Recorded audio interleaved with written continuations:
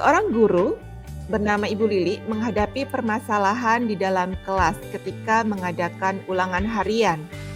Pada hari itu, ada 3 kelas yang sedang melakukan ulangan harian. 2 kelas pertama berjalan dengan lancar. 1 kelas terakhir ternyata kesulitan dalam memahami soal yang diberikan. Hal ini terlihat dari respon dan hasil penilaian yang dilakukan dari ketiga kelas tersebut. Ibu Lili merasa sudah sama dalam memberikan materi pelajaran. Dan akhirnya Ibu Lili melakukan coaching dengan Ibu Ana sebagai ketua programnya. Assalamualaikum, selamat Silakan, siang Bu Bu Lili. Ana. Selamat siang Bu Lili, bagaimana kabarnya? Sehat Bu? Alhamdulillah sehat. Gimana Kemarin Bu Ana? chat mau Sehat? ngobrol nih, ya sehat juga.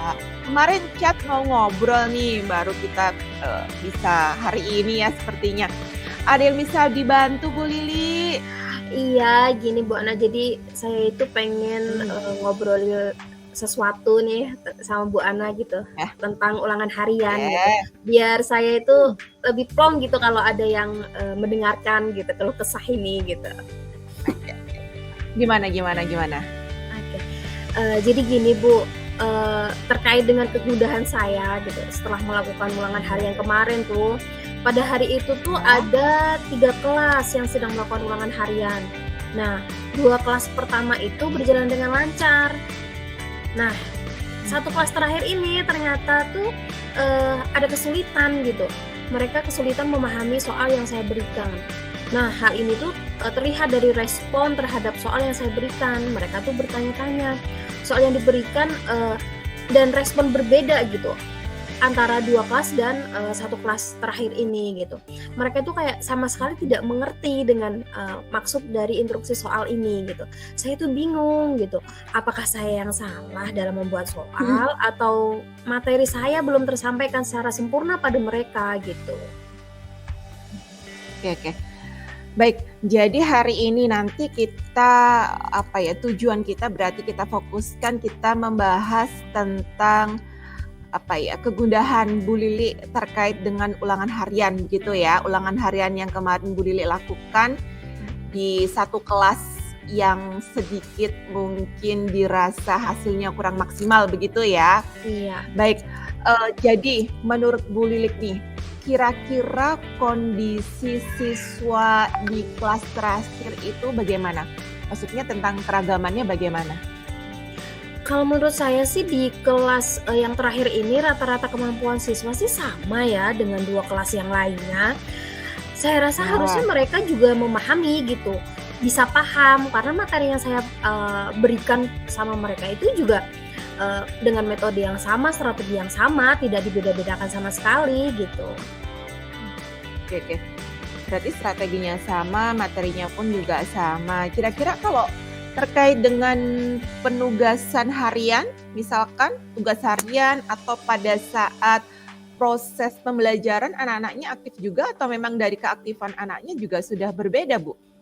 Sebenarnya sih ya, kalau dari tugas harian sih mereka aman gitu. Dalam artian mereka itu bisa menyelesaikan dengan waktu yang disepakati gitu. Cuma nah itu kemarin ini ulangan harian ini kok rasanya kok beda banget gitu sama 2 kelas lainnya gitu. Oke, berarti kita lihat dari nilainya tentunya sudah dikoreksi ya. Iya. Untuk nilainya bagaimana Bu nilainya? Kalau nilai memang berbeda sekali gitu. Nah kelas terakhir ini memang rata-rata nilainya itu di bawah KKM gitu. Tapi ada sih, ada 5 siswa yang nilainya di atas rata-rata juga ada gitu. Oke. Berarti masih ada beberapa ya yang nilainya itu di ya di atas rata-rata. Kalau di kelas lain Bu, nilainya bagaimana? Di kelas 2 kelas yang menurut Ibu sukses gitu? Kalau dari hasil nilai sih memang 2 kelas yang, pertama itu memang, eee, nilainya itu kebanyakan di atas rata-rata gitu, hanya beberapa aja yang di bawah KKM gitu. Berarti ini justru kebalikannya ya, kayak Mhm. oke baik, berarti kalau saya lihat sih sebenarnya, apa ya, kalau tadi Bu Lili bilang metodenya sih sudah sama, ya kan. Kemudian modelnya juga sama, yang dari metode maupun model penilaian yang menurut Bu Lili itu memang sudah yang terbaik begitu kan ya. Jadi, mmm, kalau saya rasa sih Bu Lili di sini sih kurang percaya diri kan ya, kurang percaya diri terhadap proses pembelajaran yang Ibu lakukan selama ini gitu loh. Mhm. Padahal kan Ibu Lili, ini mau saya tanya lagi nih, kira-kira pemahaman siswa terhadap materi yang diberikan itu, Ibu nilai dari ulangan harian saja atau indikator lainnya? Jadi capaian materinya, kan kita punya tujuan pembelajaran ya kan. Mhm. Nah, capaian materi itu biasanya Ibu lihat tercapai atau tidaknya itu Ibu lihat dari hasil nilai ulangan harian atau PTS gitu ya? Mhm. Atau ada indikator lain yang Ibu nilai atau Ibu lihat gitu?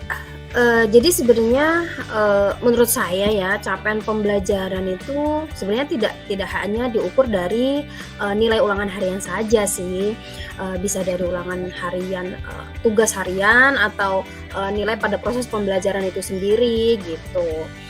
Cuma ya itu kemarin itu pas banget momennya itu sedang ulangan harian gitu. Jadi kan, Ah, otomatis kan kita sudah, ter ya, oh ternyata hasilnya seperti ini gitu, berbeda dengan, apa namanya, 2 kelas yang sebelumnya gitu. oke oke. Mhm. Berarti capaian pembelajaran menurut Bu Lili sih tidak hanya diukur dari, apa ya, penilaian kognitif saja gitu kan. Mhm. Iya. Berarti, ada dong kayak misalkan penilaian proses, penilaian keterampilan ya, berarti kita di sini ada penilaian sikap dan penilaian apa, psikomotoriknya kan ya? Betul kan ya, Bu? Iya iya, Mhm. iya sih. Baik, berarti kalau Bu Lili tadi saya lihat Ibu masih menyimpulkan di hasil penilaian kognitif saja, betul ya, Bu, ya? Mhm. Iya, benar, Bu.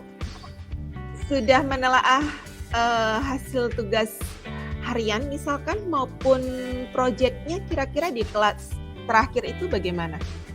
Oke, jadi, saya juga punya kesimpulan sih, Bu, gitu. Jadi kayak saya tuh hanya menyimpulkan dari hasil, penilaian kognitif saja gitu. Artinya, sebenarnya kalau saya telaah kembali tuh, hasil tugas harian maupun, penilaian projek kelas terakhir ini sebenarnya tidak ada masalah, gitu. Hmm, ada masalah ya, baik baik, Bu Lili. Nih berarti kita sudah mengupas mengupas satu persatu indikator penyebabnya nih. Nah sekarang menurut Bu Lili nih, langkah selanjutnya yang menurut Ibu yang bisa segera dilakukan itu apa? Menurut saya sih ya, sejauh ini gitu saya berpikir saya harus melakukan identifikasi dulu nih kebutuhan belajar siswa gitu. Jadi Hmm. nanti untuk memetakan kebutuhan siswa saya juga, dapat membuat, diferensiasi konten, produk, ataupun proses gitu agar capaian tujuan pembelajaran itu, tercapai, dengan kebutuhan siswa yang berbeda. Menurut saya sih seperti itu, Ah, Bu. betul betul betul. Hmm. Betul sekali, setuju sekali Bu Lili. Jadi hal yang Ibu sampaikan itu adalah langkah terbaik ya dalam memperbaiki proses pembelajaran selama ini yang mungkin memang kebutuhan siswanya berbeda di kelas yang terakhir ini. Mungkin di kelas pertama atau yang kedua cenderung seragam gitu kan ya. Mungkin kalau Ibu biasanya mengajar dengan, apa ya, lebih ke cenderung anaknya visual, mungkin di kelompok terakhir ini justru mungkin ke psikomotorik, mungkin Iya seperti itu. mungkin, Jadi ketika iya. dilihat dari hasil, nilai ulangan aja atau bagaimana, sepertinya masih belum bisa mewakili ketercapaian Mhm. materi seperti itu. Dan Mhm. saya yakin nih dengan langkah yang Ibu lakukan, siswa akan semangat dan lebih senang tentunya ya dalam mengikuti proses pembelajaran berikutnya gitu kan, sehingga Iya. akan berimbas pada capaian belajar yang Bu Lili harapkan. Seperti itu ya Bu Lili ya. Oke, terima kasih ya Bu Ana sudah meluangkan waktu nih hari ini buat berbincang-bincang. Seenggaknya saya lega deh bisa bercerita gitu. Ada yang mau mendengarkan gitu. Ya seenggaknya sedikit memupuk rasa percaya diri saya sedikit gitu. Biar nanti saya siap Iya. untuk melakukan perbaikan di proses pembelajaran selanjutnya. Terima kasih ya Bu Ana. Iya, sama-sama Bu Lili, sangat Oke. senang sekali saya suka menambah pengalaman saya juga nih gitu Iya. Bu Lili. Baik, terima kasih ya Bu Lili. Oke. Assalamualaikum. Waalaikumsalam.